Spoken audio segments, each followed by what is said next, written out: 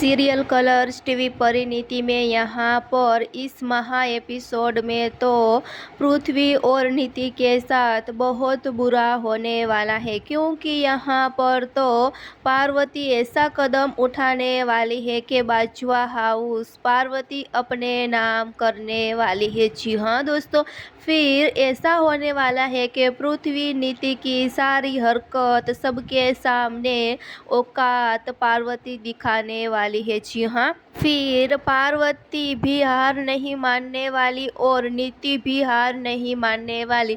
नीति पार्वती के साथ बदला लेने वाली है और पृथ्वी अपनी पत्नी के साथ बदला लेने वाला है, लेकिन पृथ्वी को पता नहीं कि वो तो परी है और पार्वती को अंबिका देवी ने किडनैप करके रखा है।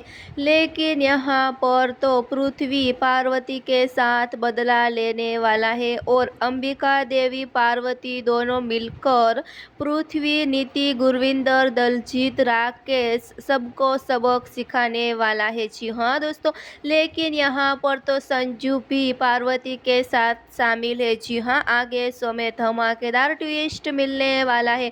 आगे देखने के लिए जुड़े रहे, सब्सक्राइब और कमेंट करके हमें ज़रूर बताना। फिलहाल लिए बस इतना सा दोस्तों।